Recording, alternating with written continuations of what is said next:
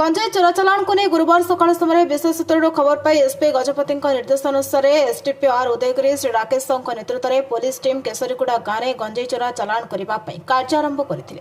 Police team को देखि grammar समस्त लोक निकटस्थ पहाड़ को दौड़ी पड़ाई। इस समय मोहना तहसिलदार उपस्थित रही यार परिमाण स्वरूप आम 202 प्लास्टिक जरी बैग गंजाई जबत करते जार ओजन 4060 किलोग्राम 4.06 टन थिला। इस संबंध में ओडवा थाना मामला संख्या 68 तारीख 26/3/2026 धारा 20B/IC एनडीपीएस आईन रे अभियुक्त मान विरोध में मामला रुजु करा जायछि। चोरा चालान जड़ित थिबा अभियुक्त समस्त को धरिबा पई तदंत जारी रहिछि।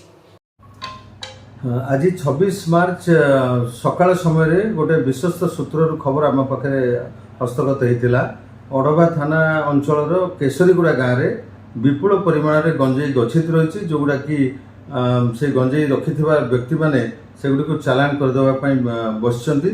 ए खबर पाई हमर डिस्ट्रिक्ट हेडक्वार्टर रो निर्देश जाइथिला एवं सेही निर्देश क्रमे हमर एसडीपीओ आर उदयगिरी श्री राकेश साहू आईपीएस ओडवा मोहना उदयगिरी ए भली थानार समस्त कर्मचारी ऑफिसर समस्त को नहीं एक्जिक्यूटिव मजिस्ट्रेट एवं 2 जन सरकारी इंडिपेंडेंट विटनेस को सहित से गाँव को जाइथिले। पुलिस टीम पहुंचला बेलू ग्रामर समस्त लोक पुलिस टीम को देखि निकटस्थ पहाड़ गुड़ी को पलैथिले।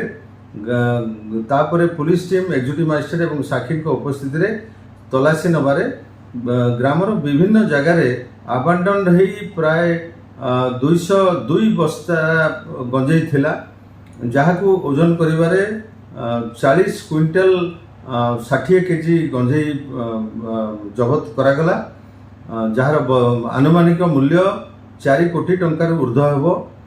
एही संक्रांत रे आमे ओडवा थाना रे 68 नंबर रे गोटे केस करिछु एनडीपीएस धारा रे। खूब शीघ्र आमे आसामी माने को माने ए सब कारबार रे थिले एवं चालान करबा को बसथिले सेमान को आमे गिरफ्त करबा पई हमर दुईटी टीम एबे लागिछि। खूब शीघ्र आमे आसामी मान को मध्य एही मोकदमा रे गिरफ्त करबु। गजपति संजीव कुमार पाणी को रिपोर्ट नायवती टीवी।